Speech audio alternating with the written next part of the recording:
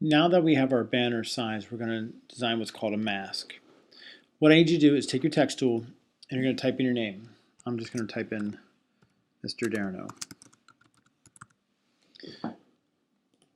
Once you have that typed in, you're going to break it apart. So Command B, and you have to break it apart 2 times so you don't see the blue boxes. So Command B, or modify, break apart, modify, break apart.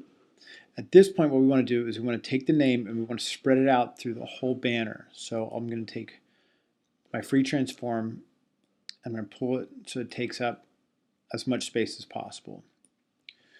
Currently, it's still grouped. If you accidentally deselect it, then we need to reselect the whole thing. You can click and drag over, or you can click on the keyframe.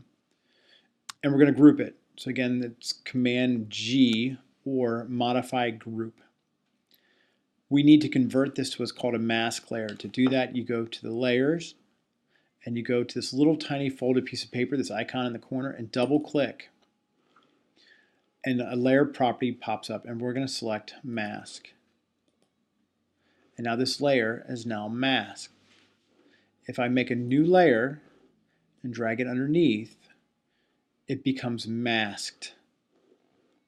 If I create an object and set up a tween, I'm going to hit F6 and I'm going to say shape tween that object.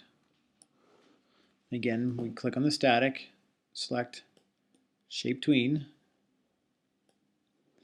You'll notice my mask is left back on frame 1.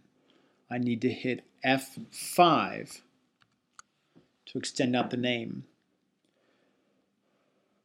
Currently, it looks like this. If I want to test it, I could go to Control Test Movie, or I can just lock my 2 layers. And I'll give you a sample. Or I can go to Control Test Movie, Test.